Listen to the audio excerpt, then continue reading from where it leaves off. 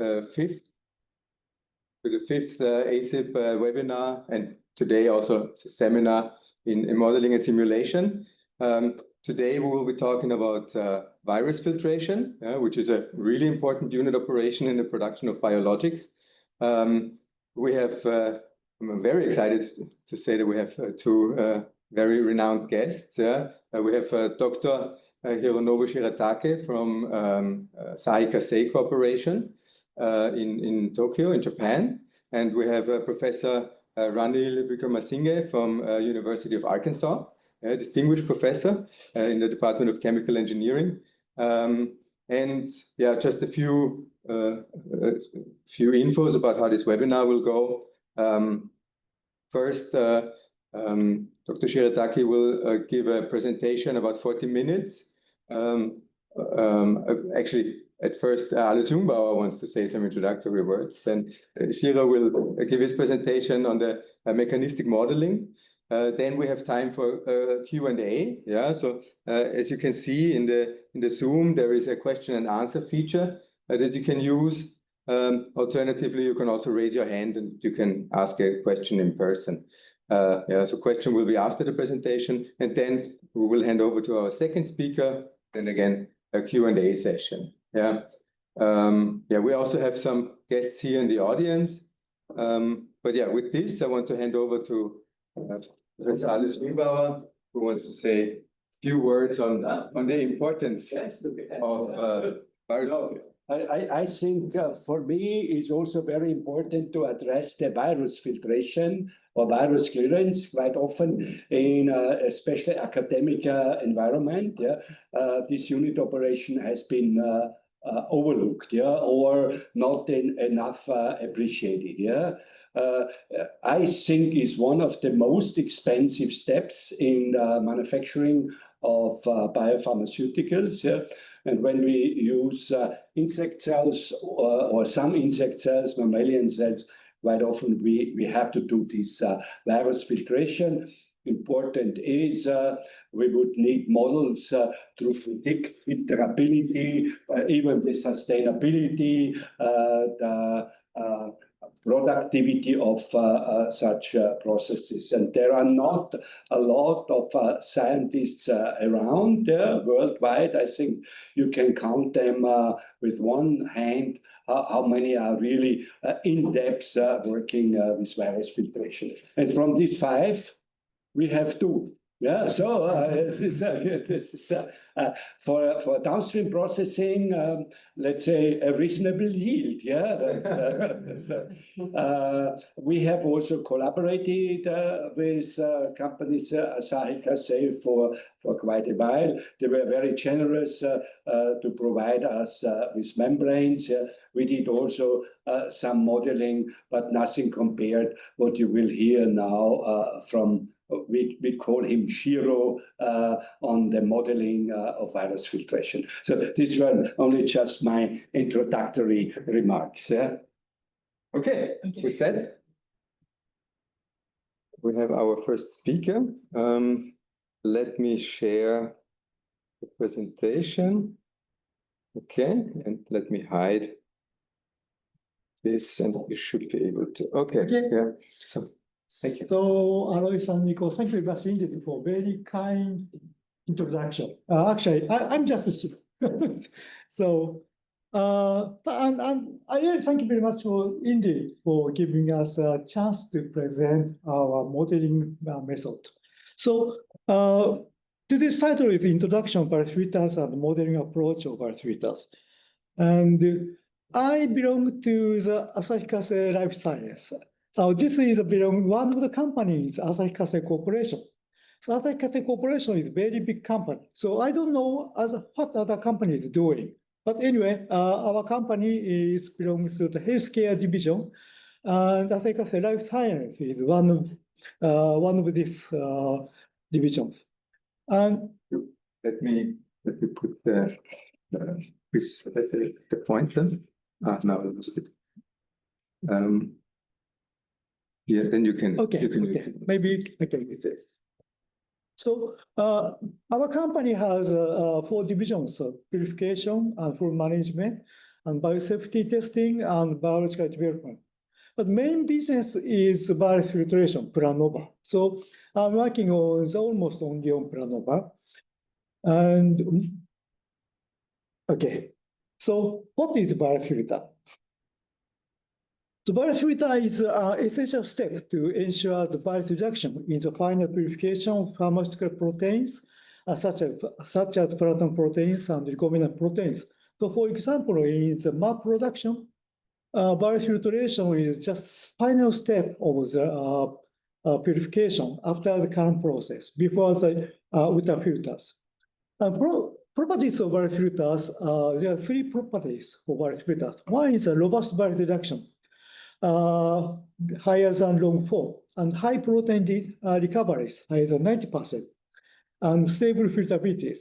So important point is all these properties are realized at the same time. So this is a point of virus filters. So there are many viruses, very broad diversity of viruses.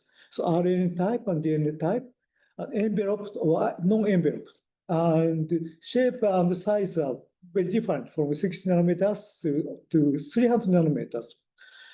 SE treatment is actually effective, but is not effective for non-enveloped virus. And usually UF cannot remove virus particles from protein solution with high recovery and stable filterability. So virus filter is essential, and only filters can be used in the production to remove virus. And there are several companies providing the virus filters.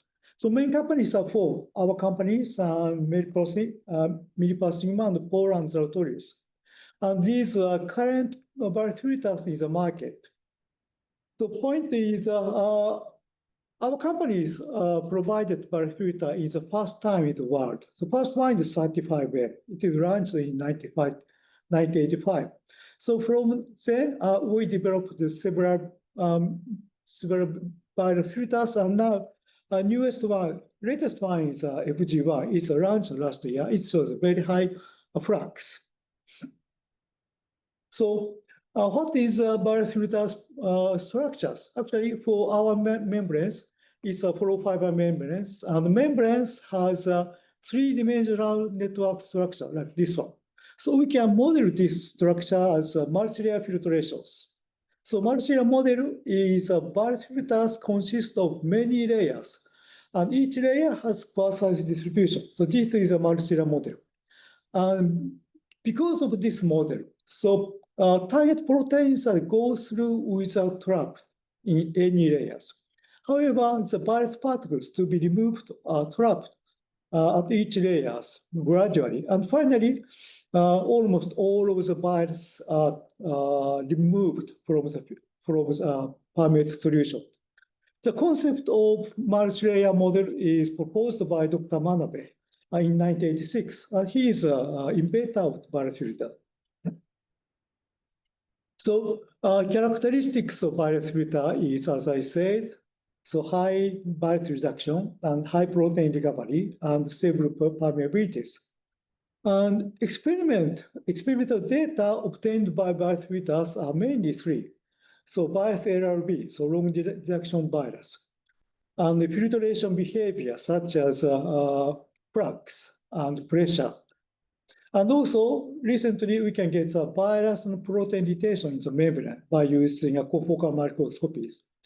So modeling is, challenging is a modeling approach to reproduce and predict the virus filter characteristics shown in these experimental data.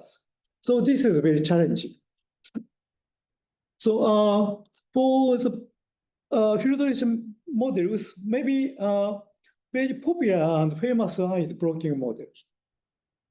So transition blocking model is, even now many people are using transition blocking models. The concept of the blocking model is proposed by Hermann and Brady in 1936, almost 90 years ago.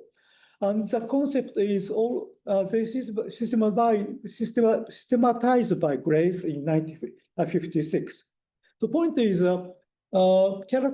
blocking model has two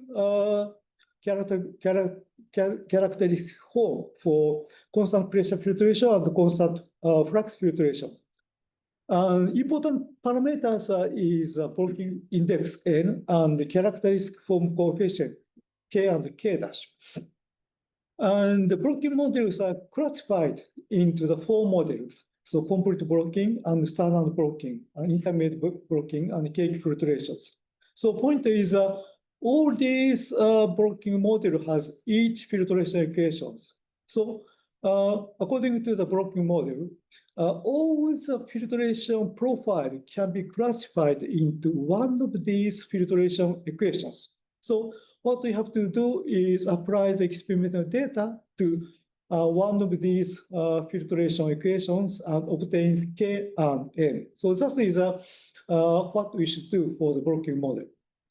Sure. Yes. May I interrupt you for a comment? No? For a comment, yeah. For For a comment. Cozzini was professor at Boku. You mentioned the blocking model by introduction, the Cozzini-Karman equation. Okay. Cozzini was professor at Boku. Just to know, yeah. Okay. Sorry, I didn't know that. Next time when you make a presentation, please Next time, if I have chance. Sorry. Anyway, so applying for filtration filtration equation to the experiment is a little bit troublesome. So easier way is to use generalized blocking model equations. So from these characteristic form, we can get a logarithmic characteristic form like this one. So by applying this equation to the experimental data, we can obtain N and K independently. And by using N and K and applying this generalized filtration, we can reproduce filtration profile and reproduce the experiment. So point of the conventional blocking model is there is based on the 2 assumptions. One is membrane structure consists of single active layers with single pore size, and all particles to be removed are captured in one layer. And blocking index N is restricted to greater than 0. So this is a concept of the conventional blocking model. So we apply this blocking model to the various filtration. So this is a constant pressure filtration of the various filters. It's a current processed plasma IgG with aggregated spike to Plano Bioix, and comparing experiment and calculations. So this figure A is an experiment. This one, so let's let triangle is experimental data without aggregated spike. It shows a very stable permeabilities. But by applying aggregate, filtrability is getting down like this one. But after current process, some solutions shows a very good permeabilities like this one. So by applying a blocking model, general blocking model, we can obtain N and K. Then this is a calculation result. And the calculation actually very well reproduce an experiment like this one. But point is, some data showing is a very good permeabilities, N equal negative value. But some other data such as not so stable permeabilities, N equals not negative. So for example, it may be following the standard blocking models, and these are following complete blockings. But very stable filtrations, N is negative. So blocking index N becomes negative values for high filtrability filtrations. But this cannot be explained by the conventional blocking model. So conventional blocking model is not applicable to the characterize and reproduce the constant pressure filtration behavior of biomass filters. So how about constant filtrations? The situation is the same. This is a 50 LMH constant flux filtrations experiment, and the calculation shows a very good coincide. And for 100 per square 100 LMH, a calculation also reproduce the experiment as well. However, so N is also negative values. So blocking index N become negative for the high filtrability filtrations.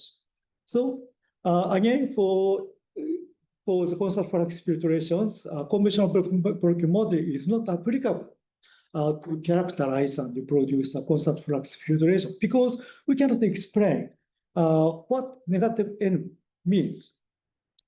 So one way is apart from the base of conventional blocking model.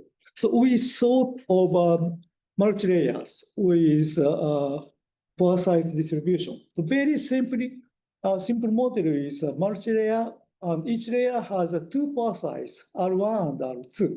And R1 is small enough to capture the particles. R2 is big enough to go through the particles. And then by applying this kind of capture probabilities, and we use introduce this assumption to the complete blocking model equations. Then we got this characteristic form for the multi-layer structures. By looking at these models, and it shows for small R1 and F, blocking index N can be negative. So to explain the negative N values, we have to consider the multi-layer structures with power size distribution. So now we confirm that multi-layer model is essential to understand the biomass filters. So we move to the multi-layer models. So at first, multi-layer model for single component solutions. So what we do is very simple. We think the biomass filters consist of multi-layers. And each layer has power size distributions. And in these power size distributions, we think of the RB. This is a kind of a limit of the particle capture. So power smaller than RB capture the particles, but powers bigger than RB go through the particles. So this is the only assumption in the multi-layer models. And the power size distributions follow the log normal distribution like this one. So actually, log normal distribution is quite effective to express power size distribution of UF or MF. This is confirmed by Lanier anyway. So we use log normal distribution. And another assumption is pore shape. The pore shape of real membrane is not circular because of extension during the membrane formation. So we have to think of a deviation of the pore size from the circular. So parameters are four. One is pore size, equivalent to pore radius. And another one is a deviation factor from circular pore shape, which is L. And particle radius and the capture limit of the equivalent pore radius.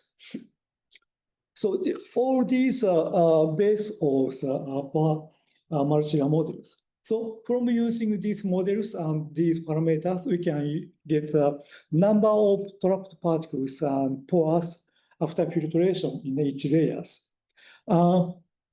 Deviation of the equation is not difficult, just complicated. Anyway, by calculating, we can get the equation for the total number of particles trapped in the mth layer at the filtration volume V. So this is anyway summarized in this equation. And from this equation, we can get the particle retention distribution and LRB, so log reduction bias. And number of unblocked pores of radius RMI in this layer as a filtration volume V is expressed by this equation. And from this equation, we can derive the filtration behavior. So actually, we are going to apply these models to the real experiment. So these are published data of MPM detected in the biofilter, 3 types of biofilters. So in this paper, filter A to filter C are used, and MPM particles solutions are loaded to these 3 membranes. So from this type of confocal microscopy data, and MPM retention distributions for each membranes are obtained like this one. And also from the membrane intensities, we can get the membrane intensity distribution from the feed side to the permeate side. So as you can see, all 3 membranes, all 3 filters show completely different MPM retention distribution and membrane intensity profile. And membrane intensity profile is directly related to the porosity distribution.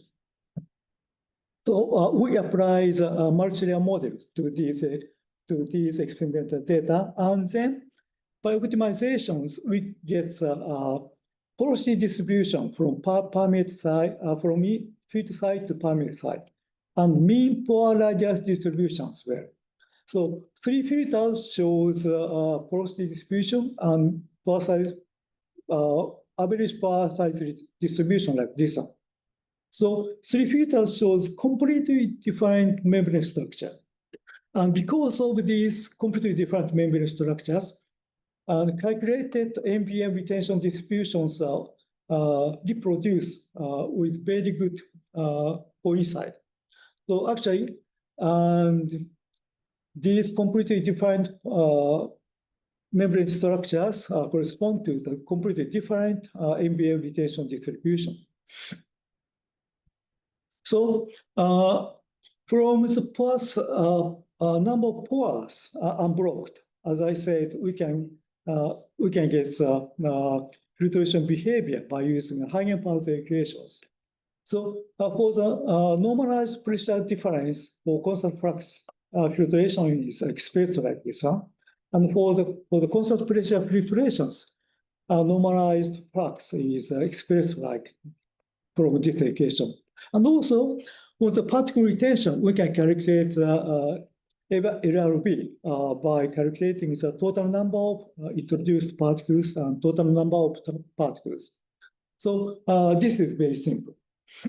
So actually, LRB is very accurately calculated reproducing, and also from this equation we can predict the LRB with and without process pause. But anyway, it's a little bit complicated to explain. So I'll show you the kind of model calculation filtration behavior by using a single component molecular models. So we think of a model solutions. Protein concentration is 20 grams per liter and containing 0.05 aggregate particles with radius of 15 nanometers without size distribution. And this concentration corresponds to the particle concentration of 7.05 times 10 to the 7th Pascal meters. So what happens if the solutions are loaded to the 3 membranes? So for the constant pressure filtration, calculation shows that the membrane filter C shows the highest flux, but flux is suddenly decayed, and filtration stopped suddenly. For filtration A, it shows gradually the flux decay, but the flux is got to be stable at some point. And at constant flux filtrations, again, filter C shows very low pressure, but suddenly pressure getting up and stops the filtration. And for the filter A, it shows gradually increasing pressure, but it's getting to the very stable pressure at some point. So these difference because of the difference of membrane structure. And actually, maybe some customers or some users experienced this kind of filtration behavior. Some filters shows good filterability, but suddenly it stopped filtration. And some filters shows lower flux, but it shows a very stable filtration. So it because of the difference of the membrane structure. And by using a multi-layer model, you can calculate the filtration behavior. Now, multi-layer models are expanded to the multi-component solution. So this is advanced multi-layer model. So concept is the same, but calculation is reproducing all the experimental result.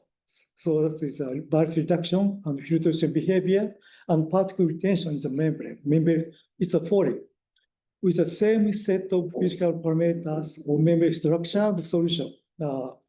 So this is quite challenging. And the model is almost same with a single component solution. The difference is distance of space, distance of each sheet. So in this multi-component models, distance between sheets correspond to the average pore size. So like this one, it's also correlated to the F. F is a deviation factor from the non-circular pores deviations. So basically same. So and derived equations are almost the same or any similar, and we can get the equations for the total number of particles trapped in the mixed layer, and we can get the particle retention distribution from this equation, and filtration behaviors also are calculated from the number of unblocked pores like this one. And the procedure is also most the same. From the experiment of MBM retention distribution, we optimize membrane structures such as porosity distribution and average pore size distribution. This is a kind of a flow chart how to determine the membrane structures.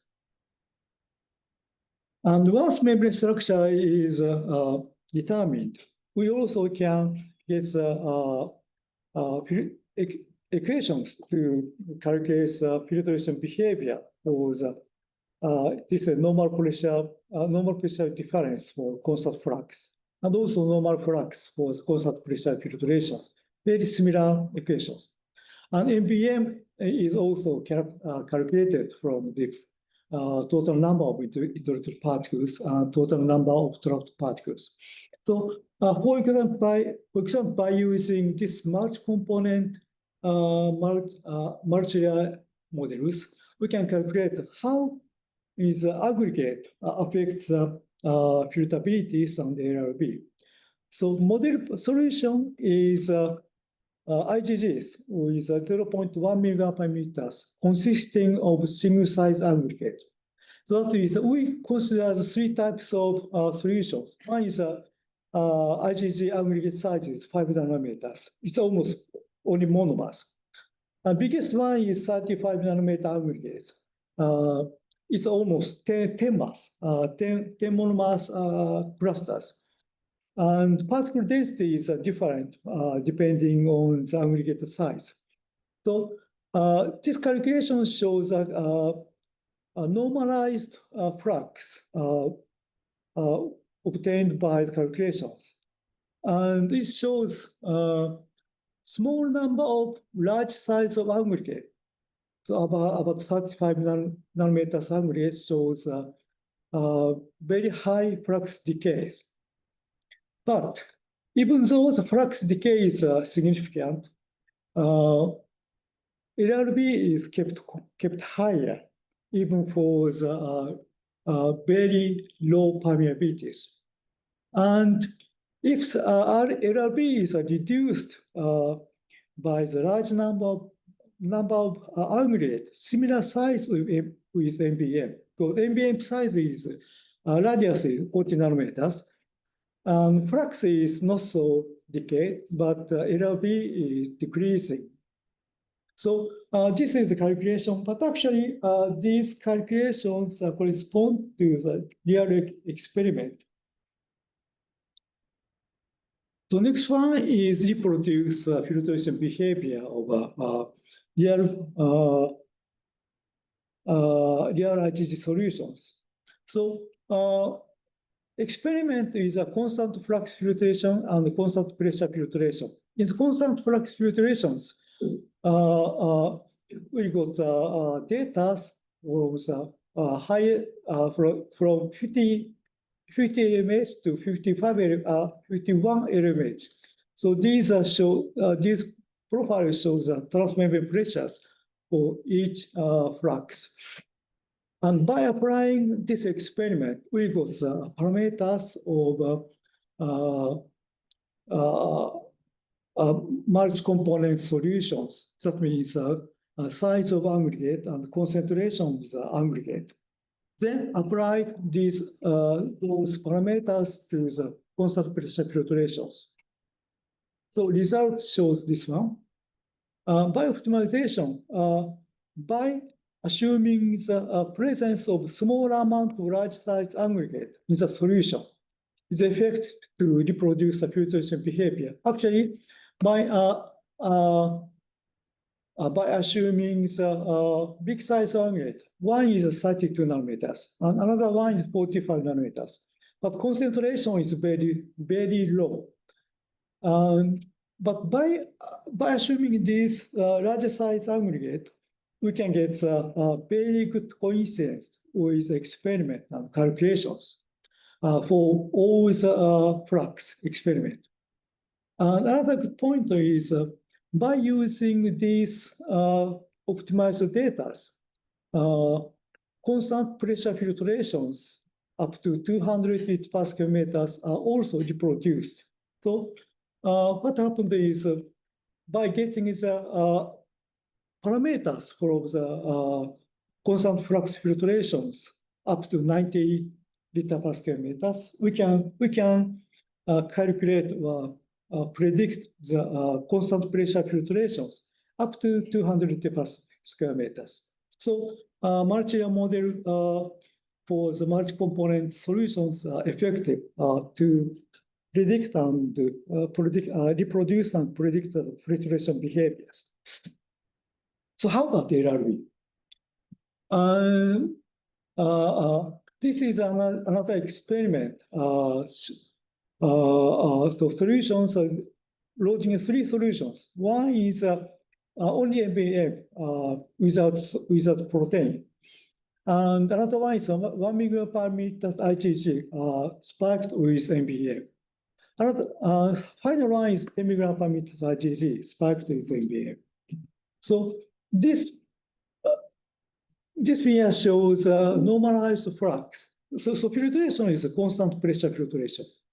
And only MBM solutions shows a very stable filtrations without no flux decays. 1 milligram per meter IgG solution shows a slight flux decays. And 10 milligram per meter solution shows a significant flux decays. And LRB is like this one. LRB is all these filtrations. LRB is quite robust. All filtration shows LRB higher than 4. Even for the 10 milligram per meter filtrations, showing a significant flux decay. And these plots are experiment. These lines are calculations, calculated by using the optimized parameters using the multi-layer models. And this confocal microscopy picture shows how the protein and NPM are retained in the filters. So we try to reproduce the detention distribution of NPM and IgG in the membrane. So the optimized multi-component solutions are like this one. For 1 milligram per meter solutions aggregate, we can assume 2 aggregate. And for 10 milligram per meter solutions, actually larger size aggregate should be assumed.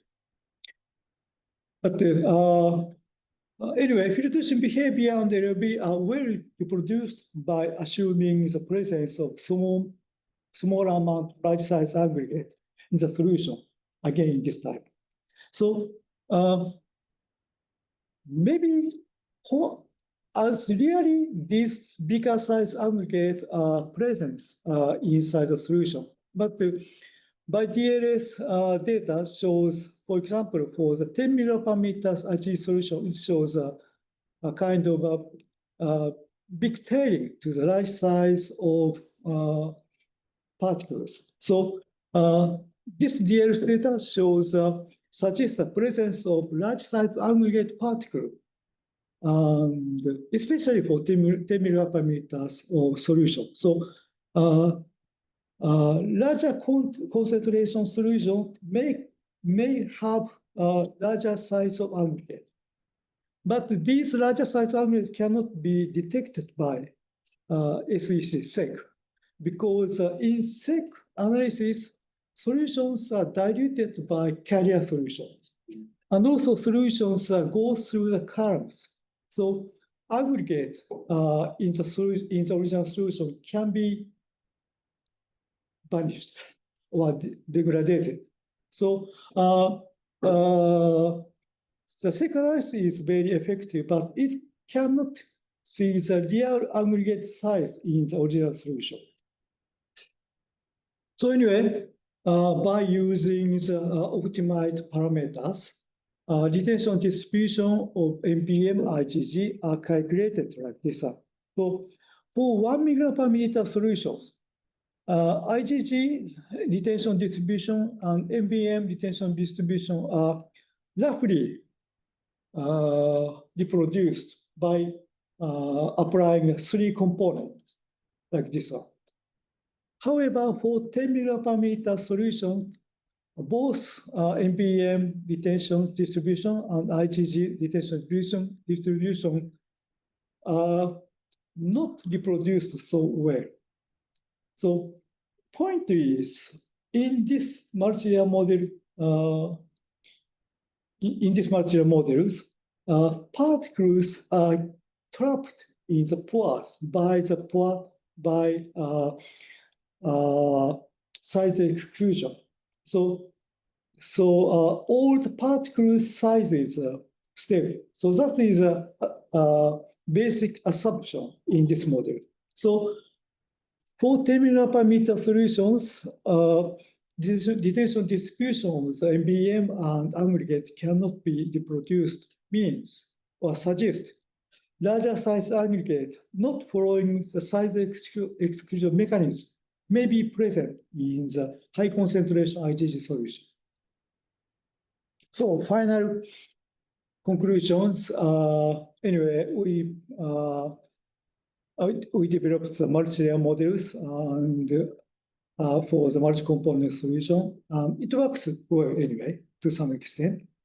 And the multi-layer model calculations indicate that bicellular LLB decrease when the large number of protein aggregate close in size of bias are present in the solution.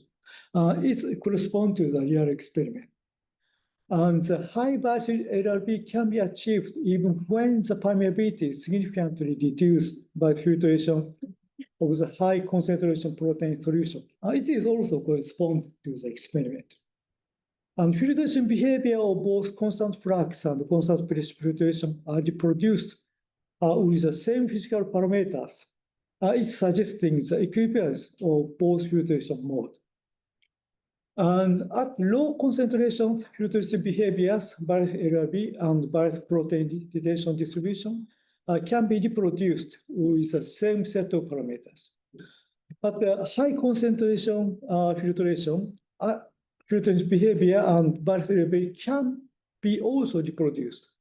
But retention distribution cannot. So this suggests that the deformation, degradation, or regeneration of large size aggregate may occur as they pass through the pores of various filters.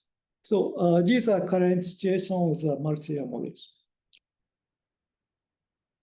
So thank you very much for kind attention.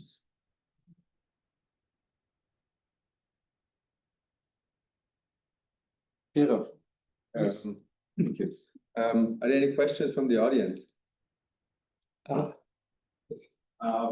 you for the talk, first of all. How many layers do you have in a model fiber on average when you model this? How many layers do you assume? Actually, in this calculation, I assumed 50 layers. 50. Okay, Okay. thank you. But it's not mandatory because 50 is a limit of the number of layers I can calculate by using normal PC. Okay, yeah. So the pore size distribution, how did you determine that? Maybe I missed it. How do you measure it? Pore size distribution is optimized by using the NBM retention distribution. So NBM retention distribution data is necessary to determine the pore size distributions and anyway, to determine the memory structure. Okay, so this is highly reproducible for these filters, I assume, or do I need to measure? Do I need to measure every filter before I can model it? Yeah, Every single one. Yeah. every single one. Okay. Yeah. Any other questions from maybe our viewers online? Carlos, maybe? Yeah, so, but at the end, you wanna actually predict the, let's say, the flux decline over time and the filtration performance, yeah? Yeah. Yeah? Yeah, yeah. I think, so that is, but interestingly, there is a certain, let's say, variation, let's say from batch to batch or so. Yeah, that's. Could you comment on that? But so sorry. Okay.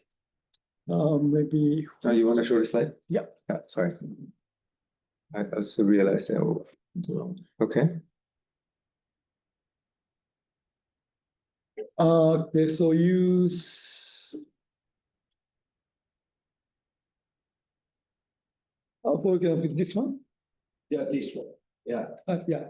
Yeah. So here you can calculate the filtration behavior. Yes. Yeah. So, but you need the data from experiment, the parameter. Yes. Yes. You need this That's parameter from. But if you go then to your next model, yeah, the next model, do you think it's possible? I have the size of my antibody or protein, and I have the size of the whatever, let's say, virus, and I can predict the flux over time. Oh, yeah. So point is from one experimental data, we can determine all the parameters. And those parameters can be applied to predict different conditions of filtrations. So that is effectiveness of this model. Okay. We have a question online. Let me quickly read that. We have two questions online. Yeah. Kwang Chen Ma asks, for the aggregated data, I was wondering how the IMER was estimated. It's just trial and error. So a fitted parameter. Yeah, yeah. Okay. By human, Okay. not AI. And Rainer Hahn asks if the model also works for 100 milligram per milliliter IgG.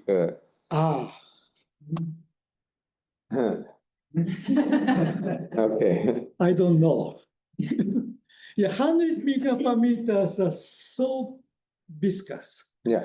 And this model considers, anyway, particles can move inside the solutions, really. But such a high viscosity solutions, maybe particles are restricted.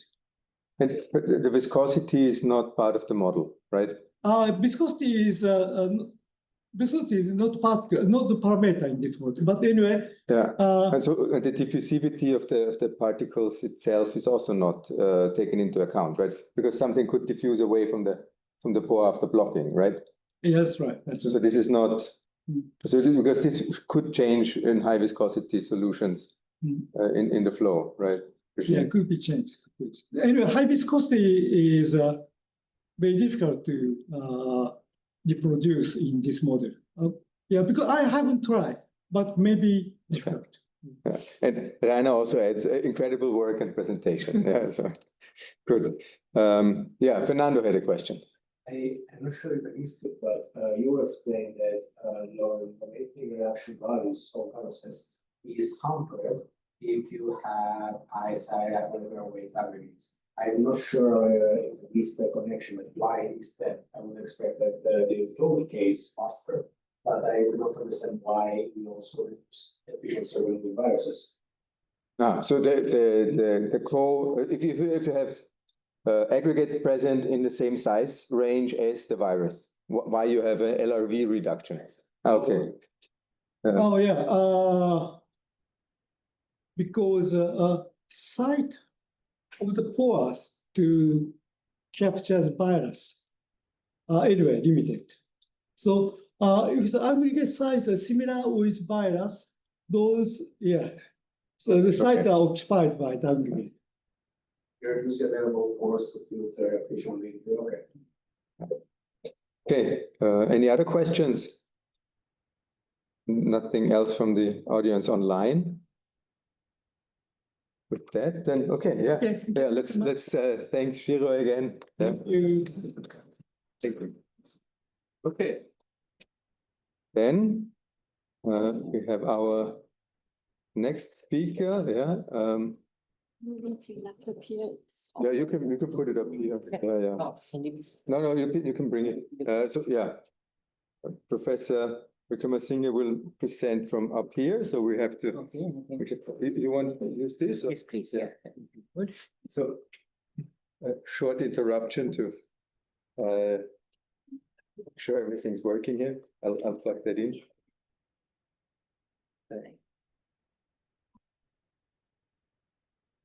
Good. So you should be able to share the presentation.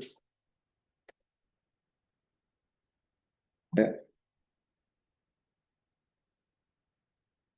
Okay. Share not yet. Should share soon. Let me just get my glasses and forgot them. Now? Okay. Is it sharing? Yeah. Yeah, we can see it. Yeah. Good. Yeah, so please. Okay, thank you very much. Let me Sure. see. Is it working? Yes, it's working. Oh, no, 1 second. It says, should I turn my volume on or not?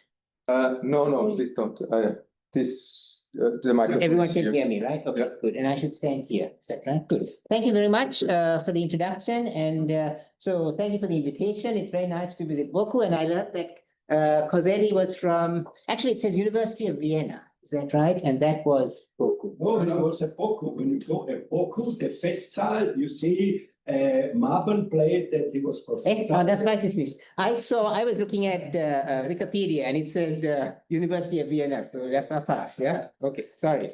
Anyway, very nice to be here. I learned something very exciting. So that's good. I would like to present some of the work that we have worked on over the years in terms of virus filtration. I'm going to begin, though, by first giving you a brief introduction to the University of Arkansas. And we actually have two membrane centers. And in the presentation, I'm going to talk about the importance of pre-filtration, high product concentrations, and then low flux virus filtration, one of which is continuous biomanufacturing. And we work a lot with, or we have worked a lot with Asahi, we work with Shiro also. And so you will see where some of this fits in terms of the modeling. And I'll discuss some of the experimental results that went into that. So firstly, University of Arkansas is located here in the south central part of the US in Arkansas, and we are actually in northwest Arkansas in a place called Fairfield, which is here. So it's bordered by Missouri, Oklahoma, Texas, Louisiana. As I said, we have two centers. We have one which is called the Membrane Application Science and Technology Center, and this is actually a rather old membrane center. It's a membrane center as opposed to bioseparations, and it involves a collaboration between 4 universities. And the second one is the Center for Membranes for Virus Purification. So that's kind of specific in terms of what it does, and that is a collaboration between 2 other universities. So the first one, the MAST Center, is an interesting center. Just to give you an idea of how it is set up, the idea is that the National Science Foundation tries to get industry to work with universities. And as you will see, we have a lot of industrial partners, including Asahi. And the idea is that the government, basically NSF, provides some sort of framework for how this collaboration will work. I'd make one interesting point. It is supposed to be conducting what NSF calls pre-competitive basic research, but let's just say applied research that is not specific to a project, because as you will see, we have many sponsors, and we have Asahi here, we have Millipore Sigma, we have Repligen, so we have many competitors here in terms of membrane companies. We also have many competitors in terms of biotech companies, right? CSL, Behring, Spark, AbbVie, AstraZeneca, Biogen, and so forth. So the idea is that we are working on problems that are of relevance to membrane companies, relevance to biotech companies, but are not specific on a project. So we're not trying to help, for example, Asahi develop a better filter than Millipore. What we're working on is understanding, say, why virus filters fail, why we see in problems with fouling, and so forth. It is a membrane center, so we do some other things. Donaldson and a few others are involved with the water treatment. We also work with some dairy industry people. And actually in the dairy industry, there's also interest in protein fouling of membranes. So there are some similarities. These are some of the projects that we work on, but I just wanted to highlight these ones. So understanding fouling behavior during perfusion operations, understanding virus pre-filters, understanding performance of biooptimal hollow fiber filtration, that's an Asahi Kasei filter, as an example of some of the biotech things we work on. So you can see they are more general. To pick another one that's more in the membrane fundamentals area, you can see here Eustain 3D microstructure, virus filtration, ultrafiltration membrane, so forth. So they are of general interest, okay? Our second center is a Center for Membranes for Virus Purification. This is a very interesting center because the purpose is simply to look at membrane-based downstream purification platform for future large-scale biomanufacturing of viral vectors. At the moment, we grow AAV. We're trying to grow SV40 as an example of a virus we're trying to remove. We're also growing lentivirus. And we're looking at various membrane operations, including something interesting I found out here, and that was trying to separate filled and MC virus capsids. That's a very big thing for AAV manufacture, for example. Okay, so let me move on then and talk about virus filtration. So the motivation, of course, comes from the fact that protein-based therapeutics, I have to stand here, is that right? And then I can follow you with the camera, but it's better here. Okay. Protein-based therapeutics, such as monoclonal antibodies, are in great demand for treating various diseases, cancer, cardiovascular disease. This is probably outdated. There are more than 40 maps worth 75 billion, 300 under development. But the problem is that downstream processing tends to represent the bottleneck for developing new therapeutics. Today, cell culture operations have improved a lot, so we can produce relatively high titers, but then downstream purification becomes problematic. And given the significant regulatory hurdles that exist, there is a great deal of interest in trying to improve the performance of existing unit operations rather than coming up with a completely new unit operation.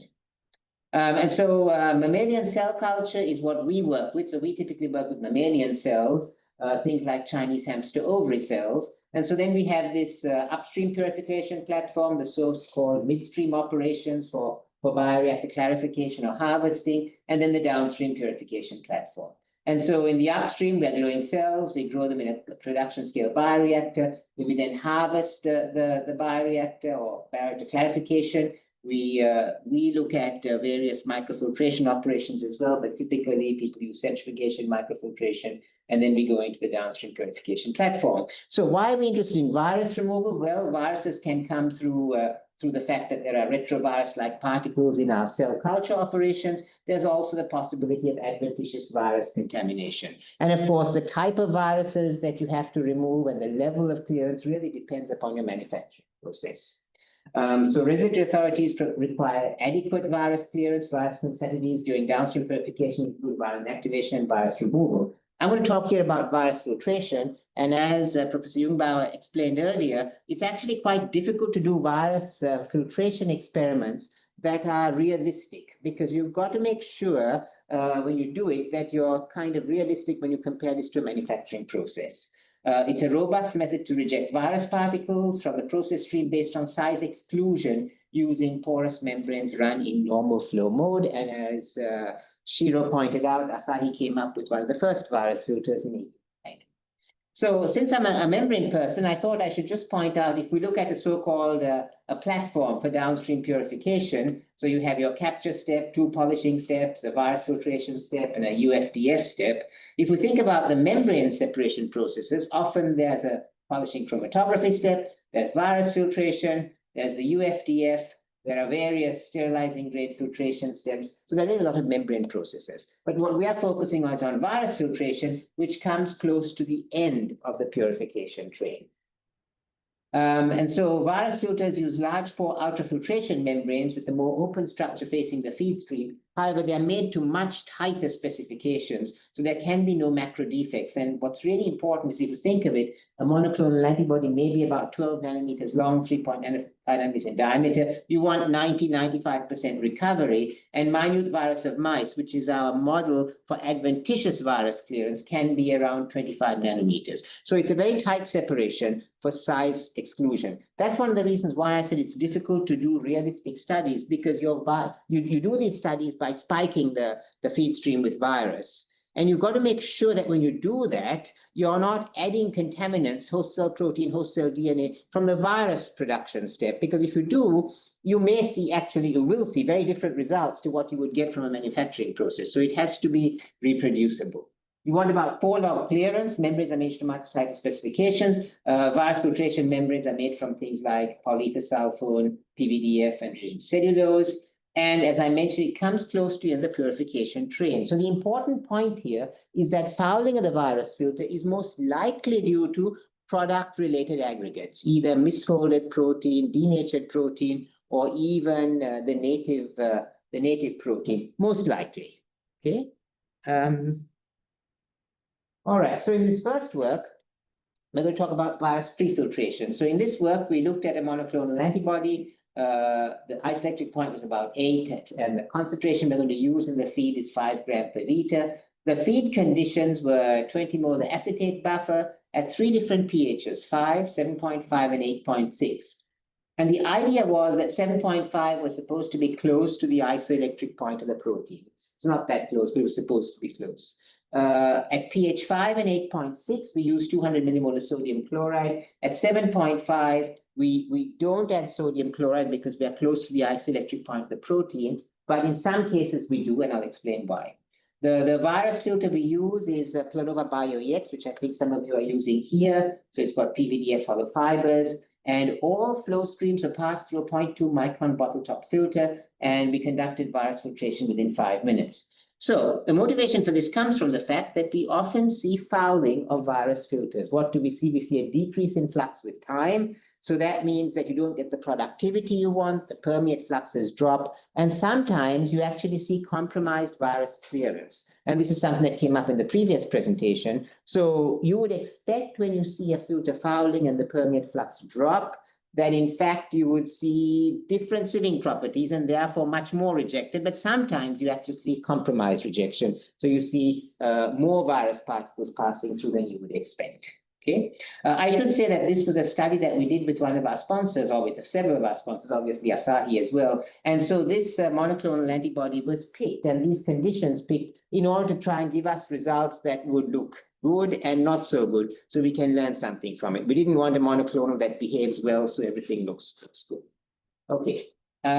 So this is what we did. So we took our feed stream, 200 millimolar salt at 3 different pH values. And there was no added salt at pH 7.5.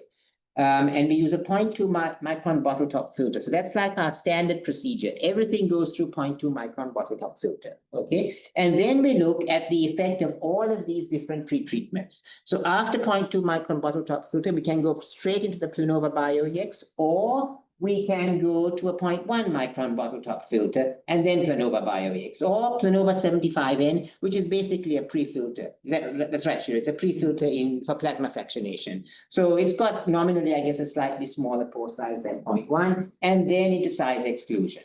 We also looked at cytobind Q. So here we have an ion exchange membrane adsorber.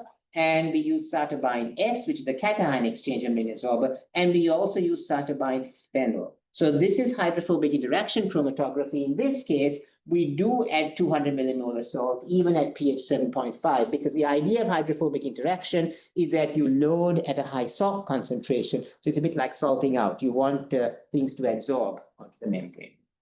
And so that's what we did. These are the pre-filters or pre-treatments that we looked at. So one of the things we did is we used dynamic light scattering to try and determine the size or the average diameter of our monoclonal antibody. So you can see here, I have ranked them here in terms of the size we measured, which is rather odd, right? You don't expect the size of your monoclonal to change. If it's just a 0.2 micron bottle top filter, it's 15.8 nanometers. And if you measure it after going through IEXS or HIC at pH 5, it's more like what we expect, about 11 or 12. So what this is suggesting is that depending on the pH value of the feed stream and the type of pre-treatment we did, there is a different amount of self-assembly or reversible aggregation that is occurring. And as Shiro said, this can also change depending on the measurement conditions and so forth. But nevertheless, there's an effect we are seeing here. Okay. So let's look at some filtration data. So this is at the 3 different pH values, pH 5, 7.5, and 8.6. This is flux versus throughput. Our aim was to get to 250 liter per meter squared. We never really got there. So this is again filtration with BioEX. Only pretreatment was 0.2 bottle top filter. And when the flux dropped to about 40 LMH, it's not exactly, we then switch and use a buffer flush. So that's why I was asking earlier one of the questions. Often when you switch to buffer flux, you see the flux improve again. But in this case, we certainly do. And that is a feature of this reversible aggregation or self-assembly. It's very much concentration dependent. And you can see that it appears that at pH 7.5, close to the isoelectric point of the monoclonal, we get a slightly better throughput, but still, this is not very good. It's dropping very fast. So we took these and we used size exclusion chromatography to try and determine what percentage of oligomers, dimers, and monomers we have. This is the feed, this is the permeate after virus filtration, and this is the permeate after buffer flush. So actually, the feed doesn't really contain much in the way of irreversible aggregates. You can see not much is detected by size exclusion chromatography, certainly not enough to explain the rapid flux decline that we get. And this is an observation that people have observed also, that sometimes you can put prefiltration, you can remove insoluble or irreversible aggregates, but you still seem to see permeate flux drops. And this is probably due to self-assembly or reversible aggregation. And so then we decided to look at what happens when we take these same feed streams and we now, after the 0.2 micron bottle top filter, we use different other pretreatments. Okay, so if we look at these, if we look at the green triangles and purple diamonds, so we have IEXQ and 75N, you can see that they really don't perform very well. 0.1 micron pore size, it's also not doing very well. So in both cases, all 3 cases, we don't get much of an improvement. So size exclusion didn't really seem to help much. But remember, size exclusion, even if you had aggregates, say dimers, trimers, you still won't be very successful in removing them because they're not much bigger than the native protein. So you'll still have them more or less getting through. The blue squares, IEXS seems to do a little bit better, but HIC does the best. So hydrophobic interaction chromatography pretreatment gives us the most stable flux at pH 5.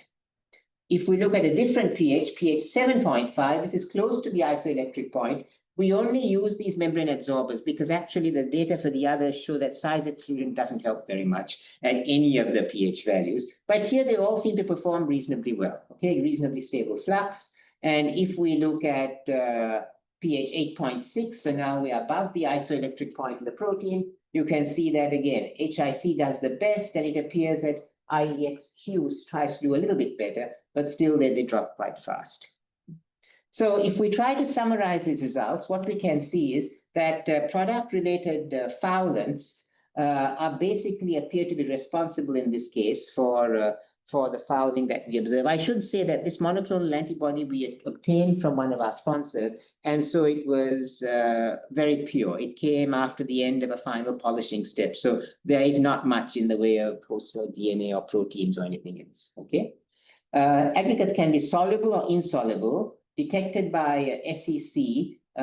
Irreversible aggregates formed by modified monomers are held together by strong covalent bonds. These aggregates of 100 nanometers in size or less can easily pass through sterilizing grade filters. And so dimers, trimers, misfolded products in size to the native protein cannot really be removed by size exclusion. So these aggregates will continue to cause problems in filtration, or could cause problems. But reversible protein aggregation or self-assembly occurs with the native monomers, and these tend to be soluble oligomers. And so there's a big effect of concentration on this. So if you dilute them, they tend to disappear. So what we did is we plotted here, this is just to look at the data again, flux versus hydrodynamic diameter. And you can see as the measured hydrodynamic diameter tends to increase, the flux tends to decrease. These results are given for a virus filter flux of 150 liter per meter squared. Okay. If you look at the theory of reversible aggregation, it's actually quite interesting. You can see that there's both an entropic and an enthalpic component. And actually, charge-based interactions tend to be more enthalpic, and hydrophobic interactions tend to be more entropic. What we found here, though, was that fouling of virus filters occurs due to misfolded proteins. These are reduced by 0.2 micron pre-filters. Insoluble dimeric aggregates can form from non-native proteins. You can discover them or find them from SEC. But these reversible aggregates cannot be detected typically through SEC. You can detect them through dynamic light scattering. Reversible aggregates are concentration dependent. Membrane adsorbers can disrupt these reversible aggregates, and HIC tends to be more effective because it is less affected by pH. Ion exchange can also work, but the pH is important. You really need to have relative charges that lead to interactions between the protein and the membrane. If they repel each other, you tend to not get any sort of interaction. And that explains the results that we found in this earlier work. Let me move on, because this leads to another interesting idea, and this is work that we've been starting on, and that is looking at what happens if you want to look at virus filtration. The idea initially was to look at virus filtration at high product concentrations. So if you remember in that purification platform I showed you, typically people have a flow-through chromatography step or some sort of polishing step, and the flow-through from that, at least in a batch operation, would be held. You may need to dilute it because often that comes out at a higher concentration, maybe 70 to 100 grams per liter. And then you would go through the virus filter, and then you do another ultrafiltration, diafiltration for concentration and buffer exchange. So one of the thoughts that's particularly important if you're considering continuous biomanufacturing is to take the flow through from this chromatography step and run it straight through a virus filter. And if you think about that, a couple of things happen here. So firstly, you would be running at typically higher product concentrations. Importantly, you would be running at much lower fluxes because the flow through from that chromatography step would be lower. Today, we try to run virus filters at high flux, relatively speaking, so you can try and get through a batch in a short time, say within a shift and so forth. So the constraints on manufacturing would be different. So increased product titers create challenges for downstream purification and especially for virus filtration. The effects of high product titer on the performance of virus filters are complex and not well understood. And if we think about it, since reversible aggregation actually depends upon concentration, it's shown here that in fact these reversible aggregates could be quite important in leading to flux decline at higher concentrations. That's not to say you can't get irreversible aggregates falling as well. Flux decay is largely caused by membrane fouling from product aggregates. So this is some work that we did. So this is with a monoclonal antibody. This is a different monoclonal antibody that we got from one of our sponsors. And what we wanted to show here was that this is in 50 millimolar tris at pH 7.2. This is also, by the way, with BioEX. But what you see is that the flux drops, and I'm not sure why that came, but anyway, the flux drops rapidly at concentration 7.8 grams per liter. You can see here at a higher concentration, it drops more rapidly. Even higher concentration, it drops even more rapidly. And our throughput is very limited. Okay. Now, admittedly, we are trying to find a case where this doesn't work well. Okay. If you, on the other hand, plot this versus mass throughput, this is the mass of protein that we collect at the end, they all end up at about the same point. And so again, this suggests that this is very much related to product and what's going through the membrane. So if we look at SEC, size exclusion chromatography, we can take these various feed streams, filtrate streams, and try to look at the chromatogram. But what you see is when you work out how much dimer is present, there is some, yes, and it does increase with concentration, but it's really rather small. It's not really that much related to irreversible aggregates. But if we do size exclusion chromatography, you can see that there is actually a range of diameters we obtained for this monoclonal. I mean DLS. I'm sorry, DLS, my fault, DLS, a range of sizes we see. And what is more, if you look at some of the larger high cost, like 47.82, you can see that we get a much larger variation in diameter, again suggesting that we're getting some reversible aggregates being produced. Okay, so what we can do is then we can rerun this time again with HIC. And what I wanted to point out was that if you do an HIC pretreatment, you actually get a much more stable flux that you can see here in both cases, even at the higher concentration. So again, the point is that this might be quite interesting when you come to look at treating higher concentration protein streams. As a follow-on this, before I move on to the next part, is this actually is important not just for continuous biomanufacturing, but if you are looking at either higher protein concentrations, there are sometimes reasons for looking at lower fluxes, then this actually tries to suggest why this could be important. Right? Okay, lower fluxes could be to high concentration, could be higher viscosity, and so forth. Okay.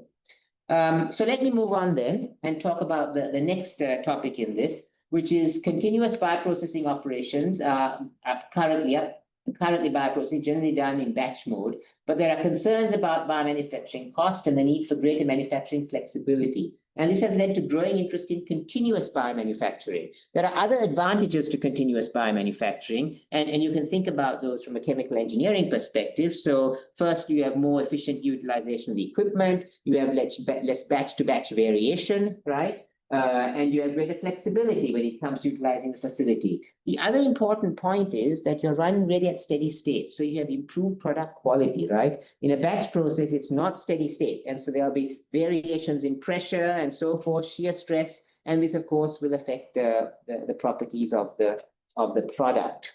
In addition to that, the fact that if you think about, say, a tangential flow filtration step, the fact you don't keep going through the pump many, many times will tend to lead to a decrease in aggregation. So things like single pass tangential flow filtration are actually quite appealing in that sense, because you should get less aggregation and less loss of product in this way. So shorter and more uniform residence time distribution than batch systems leads to reduction in variability in the extent of glycosylation deamidation level of protein aggregation. So there was a study we did, which was to look at the following. So the aim was this. So current virus filtration is conducted at constant pressure to maximize throughput. Commercial virus filters have defined product throughput and upper limit on virus loading. Virus filtration is complicated by fouling of the membrane, which could lead to compromised performance. I mentioned earlier that actually fouling can even lead to less virus rejection. And virus filtration is currently run to finish at a targeted time. So you'd size your virus filtration so you can finish, say, in 6 hours, 8 hours, and so forth.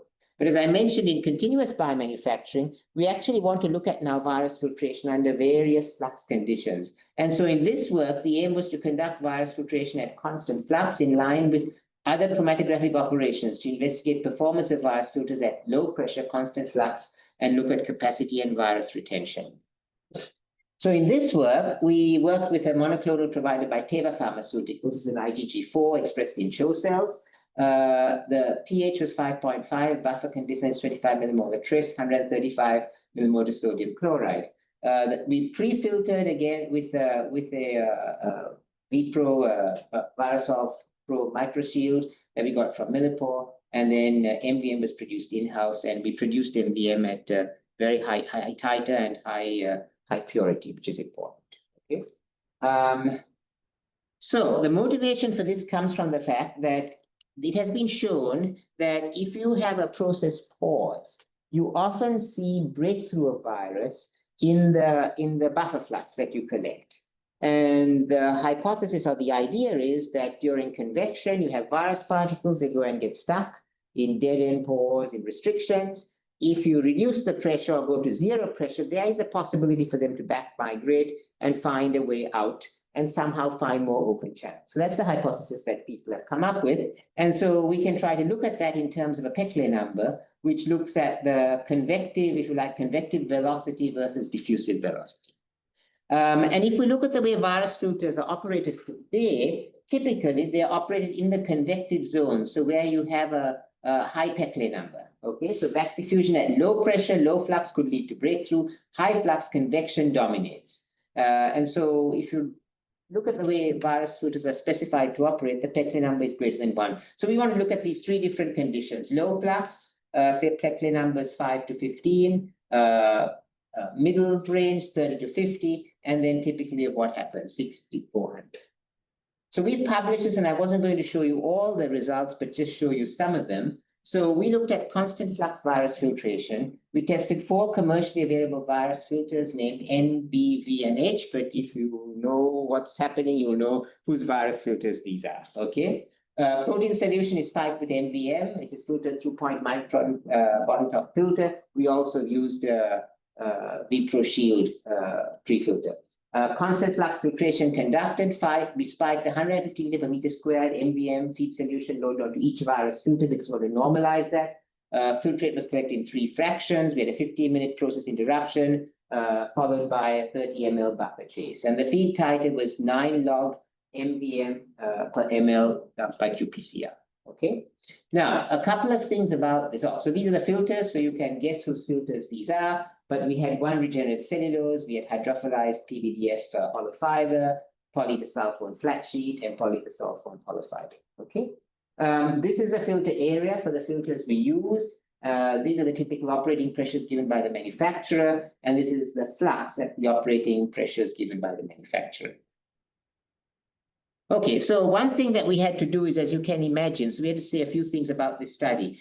Because the fluxes and the pressures are different, when you try to do a constant flux filtration, relative to the flux the manufacturer would expect based on the operating pressure, you might be very far removed. You'll be more far removed for some filters than others, and that could have an effect on the operation. That's one thing to bear in mind. The second thing to bear in mind in this study is that it was only at 1 protein concentration, a fairly low protein concentration, and so the viscosity is not high. It's typical, it's low, okay?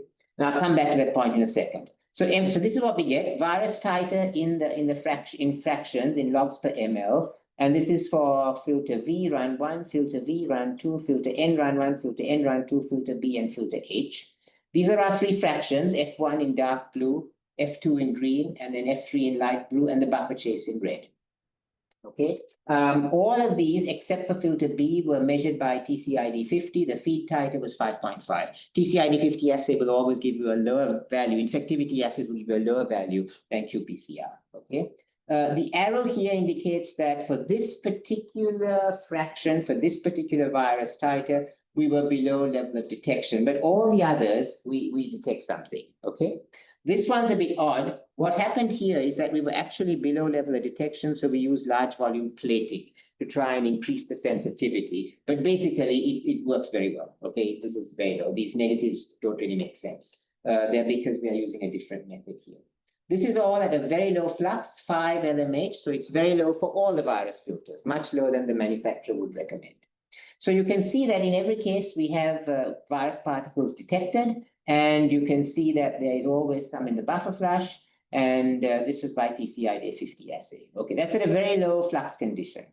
If you look at a middle flux where basically convection diffusion are about the same, you can see that all except for this particular filter for a couple of conditions here, buffer flush and fraction 3, we were all below level of detection. Okay, so they all work very well. This one also is still giving you more than 4 log clearance, but we do measure a few virus particles. Okay. And then if you go to higher values, I didn't include it. If you go to higher values, then it's even clearer that you get complete rejection. So a few things come up from this study. So one is this idea of moving backwards and then being able to go through at low fluxes, or when you have process pause, could be true, certainly. But some of the limitations of this study are that it was only done at 1 protein concentration. And there are other studies and literature that suggest that if you're looking at high protein concentration, you may not see this back migration so clearly, and you might get better removal results. Okay, so that's one thing to bear in mind. But this was done at a much lower concentration. So this then leads me to the final part of the talk, where we wanted to then see, can we actually locate or see where virus particles are being adsorbed on the membrane? And in fact, is this affected by operating conditions? So what I will show you here is some work that we did to try and label MVM and see where it is binding, and if this is affected when you have some sort of product present. So the product consists of a monoclonal antibody that we got from Asahi, as well as BSA. Okay, and we tried to see if there's a difference. So the motivation then was due to competition of protein with MVM particles for cavities or pockets where they are trapped, and the back diffusion of virus particles through larger pores. There may be an effect on virus clearance. And as I said, sometimes you see that when you do get fouling, you actually get less clearance than you would expect. And I think Shiro tried to point that out, that can happen, especially if your aggregates are going to be similar in size to the virus particles, right? If they're much bigger, then they're probably not going to affect it much, okay? Flux increases to 40 LMH, diffusion and convection important for all 4 virus filters, as G and RV have more than 4 log, with only N exhibiting a slight breakthrough. I showed you that earlier. And then at high flux is even better. So how do these product aggregates affect binding? So this is what we did. We looked at 3 different filters. These are all Asahi filters, BioEX, S20N, and 20N. And this was our flow rate in ml per minute for 75 LMH, about 40.4, about 1.2, about 1.3. And our aim was to have this at the mils we need for 1,000 liter per meter squared throughput. And so you need 300, 1,000, 1,000, about 1. Okay. And you can see these are very long runs. See, filtration times 12.5 hours, 13 hours, 13 hours. So they're actually quite long runs. And these are the membranes, so PVDF for BioEX and regenerative cellulose for the other 2. And these are the membrane surface areas. And the buffer, sorry, this is so small. The buffer used was PBS, protein concentration 5 gram per liter, BS 5 gram per liter monoclonal, and the virus spike was 7.5 by qPCR. Thank you. Makes it bigger. Yeah. Sorry.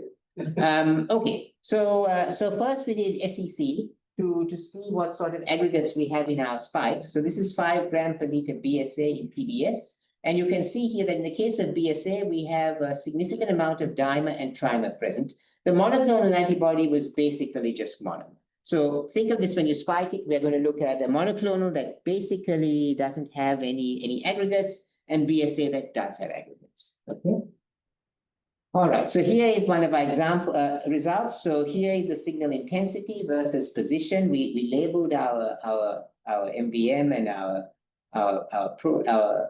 in these various studies. So this is for 20N, and this is just an example of the sort of images that we get. And we have these for various conditions. But if you look at it here, the red curve or the red peak here is for MVM only. The blue one is for MVM plus BSA, and so that is, you can see here. And then the green one is MVM plus MAP. So what we observed that was interesting is that when we have MVM and the product, the peak seems to move a little bit towards the outlet, but it doesn't really spread. But when we have MVM and some aggregates present that can compete for binding sites, we actually see not only movement, but also spreading. And this is for S20N, there's a similar sort of result. And so we find that BSA aggregates result in the broader and wider peaks. Low fouling MAB results in a shift, but no broadening. And so we have done this for various conditions. We have looked at BioEX. We get similar sort of results. And so this is work that we're trying to finalize at the moment, and we should publish soon. But I just wanted to bring that back to Shiro's model. And so in the modeling, if you remember, the idea here is that you take a membrane and you break it up into various layers, right? And these layers actually are totally artificial. They're not real. The membrane isn't really made of 50 layers. It could be 50, it could be 100, it could be 75. It's a numerical way to try and account for the fact that you have an asymmetric structure. Okay, and actually you're really only looking at the filtration layer. You're not looking at the support structure at all in this sort of model. And so the idea was that this could therefore, I guess, seriously be applied to anybody's membrane. We assume a log normal distribution for each layer, and that is based on the fact that typically membranes are modeled using log normal distribution. It's reasonable in that if you had a Gaussian distribution, you have to truncate it, because you can't have negative sizes. So log normal is always positive, and it has a relatively long tail. And so you do have a couple of large pores, but you can, of course, adjust the parameters to make that fit. Also, I don't know, Shiro, if you had pointed out, but between the layers, we do have this space here, right? Between the layers, there is a space. And that is for potential, if you like, back migration of virus particles as they flow through, right? What else was I going to say? Yeah, so actually Shiro mentioned that in these early studies, this was done by entirely fitting experiments, but one could also try and determine the structure of the membrane and use those parameters then to try and be more predictive. That's one thing that we're working on. And we've looked at trying to get data using autofluorescence of the membrane to try and get a 3D structure of the membrane. And in fact, that has been done by CSL in one of the membranes. So, and then he's talked about this in the rest of that. So where our work is going on at this stage is that we are very interested in understanding what happens at low flux, but low flux not just at low concentration, but also high protein concentration, low flux under varying conditions, if I could say that. And then to see under what conditions we get this back migration. But more interestingly, you know, if you think about the back migration, if it's going to go back and find a bigger pore, these pores have to be very close by. Think of a micron-sized particle. In 30 minutes, it's not going to diffuse very far. And so they have to be close. And so how does membrane structure affect this? Because clearly, or I can say from the work we have done, it affects some membranes more than others, and especially older virus filters. So that's one thing we're quite interested in, and then trying to model this. So with that, I think I come to the end. I'd like to acknowledge funding that's come from various sources, and then people who have worked on this project, former students, collaborators from industry and so forth, and current students. And I was also going to say other areas that we work on these days are also virus purification, because I heard that's something that you're doing here. So we are in that Center for Membranes for Virus Purification. We're doing quite a lot of work in terms of bioreactor harvesting, clarification. We work with cell lysates. They're particularly difficult, especially for AAV2. And then we're looking at things like single pass tangential flow filtration as a way to intensify the process, and then trying to look at separation of fluid and empty capsids. So that's another area of interest. So anyway, thank you very much, and thank you for your attention, and I'd be happy to answer questions. Yeah, thank you, Ranen. Really interesting talk. Any questions from the audience already? Okay, yeah, a lot. I think Fernando was first. Okay. I actually have two. One is purely technical. So these subtle biomembranes for the heat capture aggregates, right? And I was curious about that. Do you basically use these membranes kind of like guard columns for the filters, like basically you capture everything in the strain? Is this a process that you do separately? Or if you do it as a continuous strain, do we modify in any way the conductivity of your solution? Is it something that you can do also in the conductivity? Does it work this way with antibodies? Yes, we have done these. They should be done continuously. I agree with you. At the moment, we are doing it basically, it should be in line, I mean, continuously. But at the moment, we are doing them separately. And so, yes, you would need to look at, well, if you're running in flow-through mode, it wouldn't really matter, right? You don't want to do anything. But And I would run them in flow-through mode. It's going to be difficult otherwise. Okay. Yes, but then you also you have a appropriate process, or is it just like because I would be concerned also that we use some antibodies. Yeah, that's a good question. We have not. I'm trying to think. We did some work on protein loss, but that was mainly looking at it for the ion exchange. I'm not sure about HIC. Ion exchange, that was really nothing, about 98% recovery. HIC is a good question, and we didn't look at that. Yes. And the second thing is now you spoke about using these membranes with relatively higher membrane fluxes, right? So you were describing, if I'm correctly, 100 to 1,000 mmH at some point. No, that was throughput. We want 1,000 liter per meter squared. That's the total throughput. Okay. No, not at that high flux, no. In fact, then I was curious in case, because then you will really be reaching the. Yeah, no. None of these go above the pressures that the manufacturer recommended. Okay. Yeah, that was throughput. And the throughput was based on what the manufacturers, or what the, actually, I take that back, what the biotech companies would like. So if you talk to Teva or somebody, they consider their investment, they consider how much this costs. Okay, to be viable, we would like to have this, whatever it is, 300, 400, 500 liter per meter squared. That's how that was based. So the take-home message is if you filter too much material, it's going to be some clearance. Yes, yes. And I would say that, Asahi has certain methods for claiming when that could happen. Millipore has other methods and so forth, but yes. Yes. Okay. So I also want to tell the people online to write their questions in the Q&A, but in the meantime, David and then Alice. Yeah, I think I also still have questions for the pre-treatment, right? Because if you operate it at pH 5, Yes. then you run it over a membrane absorber that is like a cation exchanger. How do you pre-treat it? How do you recover your IgG afterwards? So you just overload the membrane for the pre-treatment? It's flow through. It's flow through. It's supposed to. Oh, I see what you're saying. Okay, it's flow through. Yeah. And actually, that gets to an interesting question because we are really not. We're using the membrane absorber to basically interrupt or break up these reversible aggregates. These reversible aggregates are by very weak dispersion forces. They're not covalent bonds, they're not ionic interactions. And the idea is that you break them up. You could imagine that, of course, if you had too strong an interaction with the membrane absorber, this will bind, and then you lose protein, as you're telling me, right? Okay. So that's the idea that happens. Also because you asked about the recovery, right? Yeah, so that's the thing here, which needs to be looked at in more detail, I agree, but that's the idea, yes. Okay, thank you. And sorry, I have a second. Because I was wondering, I just recently learned that also in the dairy industry, because you mentioned you also work in the dairy industry, it's just a hypothetical question of what you think would work, because they have vibrating membranes, right? Right. For I think also it's microfiltration mostly, or ultrafiltration. You think what would happen if you use this in the viral filtration? Because in the end, you could probably increase the flux that you have by vibrating the membrane, but would this be then also allow the viruses to maybe Probably. I would not recommend it. Probably. That's one thing. Also, to be honest, you don't know what's going to happen in terms of aggregation and things like this, right? You got very sensitive proteins, so I wouldn't recommend it. But maybe we can ask Asahi. Okay. Yes. What is clear is that you have a certain space in your filter where you can trap the virus. Is correct. Yeah. Correct. So that's yeah. And if this space is full, yeah, then either the filter is blocked, yeah, or you have a breakthrough of the virus. Yeah. Yes, that's correct. Yes. Yeah. So, but if you have like really a physical barrier, you should not have a breakthrough.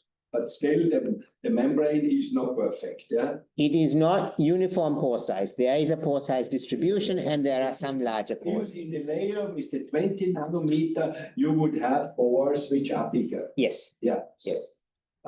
But then, for me, what is a little bit for me is a mystery that the pure virus and the virus with the protein, yeah. That the virus with the protein migrates further. Yes. This is for me not plausible because the protein would also take up a certain pore space. Yes, so that is something that is very strange. Yes, it's strange. It's something that we have observed many times. It would be good to look at. I think one of the things we do assume all the time is that the virus doesn't interact with the protein at all, right? If there is some sort of interaction and it goes through larger pores or it tends to move further into the membrane, right? This could try to explain why the virus is being trapped at larger points. But is there an interaction between the virus and the protein is something that could happen. That's probably the only reason I can think for that.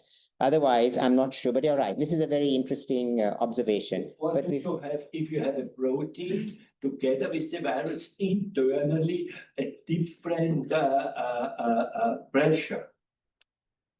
internally a different inside the membrane. So in this environment, that's because if the pressure would be higher, it Will can push it through further. Yes. diffuse further. Yeah? Yes, that's also a Which possibility. you could not maybe detect, let's say, macroscopic. What would be interesting to look at this at different protein concentrations, right? To take the same maybe virus titer and look at different protein concentrations, start at very low, you should see really no effect and see if it actually becomes higher and then goes back to lower. It's I don't know. That's an interesting point. But yes, this is a strange. I mean, it's like the contradictory observation initially that fouling sometimes leads to more virus passage, right? And the reason for that is you have competition and you do have some bigger pores. So actually another way to get around that would be, of course, to make much smaller pores, but then the risk is you'll start to lose product. You really want your pores to be right on the borderline because otherwise your product will start to be sick and so in these experiments, the protein and the virus are fluorescently labeled, right? in the experiments I showed you, the virus is fluorescent. Only the virus. The protein is. So we have done others where the protein is also fluorescently labeled. I should say one other thing, by the way, to get back to your point. If you fluorescently label the virus, there is a risk. And this is true, that the actual point of adsorption might shift a bit because you have different surface properties. And even though we say this is size-based separation, surface properties are important. And I can say that we have seen this when we look at different filters from different manufacturers. You can see that the effect is greater for some than others. And so, yes. Yeah, there's no neutral label, right? No. You have a follow-up question to that? No, we have one more question about this space, because then it comes also to the virus clearance studies, because you should actually then use virus concentrations which you would expect as a worst case in the process. I mean, I guess you're right. 10 to the 9 or so, and then extremely high titer. So what is then the meaning of this clearance? But actually, Shiro could correct me on this. I'm not sure the exact specific, but Asahi specifies how many virus particles, right, per membrane area you should load. And so you can then translate that into what your titer should be for a given throughput, you see. It gets back to the same question. Millipore does it slightly differently. They have a difference, but it comes to your point, exactly. Yes. We have a question online from Rainer Hahn. Actually, I also was wondering. He's asking, why can a 0.2 micron membrane generate larger aggregates than a 0.1 micron membrane? And you also showed the 75 nanometer treatment also created a different profile. So my suspicion there is, and again, this is a suspicion, we didn't go further to prove it. The 75 nanometer is actually regenerated cellulose. The others are more hydrophobic. And I told you that a lot of this is to do with the breaking up of these self-assembled protein. And so the regenerated cellulose probably doesn't do much because it's very hydrophilic, right? So it probably doesn't do much, which is why it performed worse than the 0.1. But it is a hypothesis because the pore sizes are probably similar. 75N, I guess, is much narrower, right, than 0.1. So that's the difference with that one. But it's something we didn't look at anymore. The 0.1 and the 0.2, there was also a difference there, but then it's just interaction of the surface heating. Okay. And I mean, I think you both showed that the self-interaction of IgG or other biologics is very important. So for this, do you think TLS is the best way to measure this at the moment? Or? TLS is one. There's also static light scattering you can use. Those seem to be the ones that are easiest to do. I mean, there are others, but those are the easiest we can do. I know for development of new maps that this is definitely something that people try to avoid now. Right. So hopefully this this might not be as. Right, and also it comes into formulation in other areas, right? When you're trying to formulate at high concentration with excipient. Exactly, yeah, and formulations are getting higher and higher. I forgot my question that I had. Okay, so any other questions? Maybe no. Okay, then. Okay, I'll thank take you a very bit much. later, If you yeah. ask me, you can So, certainly think yeah. of me later. Thank you very much. Thank you again for yeah. the invitation. Thank you. Okay, with this, I will conclude for today, I guess. Actually, now I have to go over here to be in the video. Yeah. So yeah, thank you all for joining both in person and online, and thanks a lot to both of the speakers. Really interesting talks.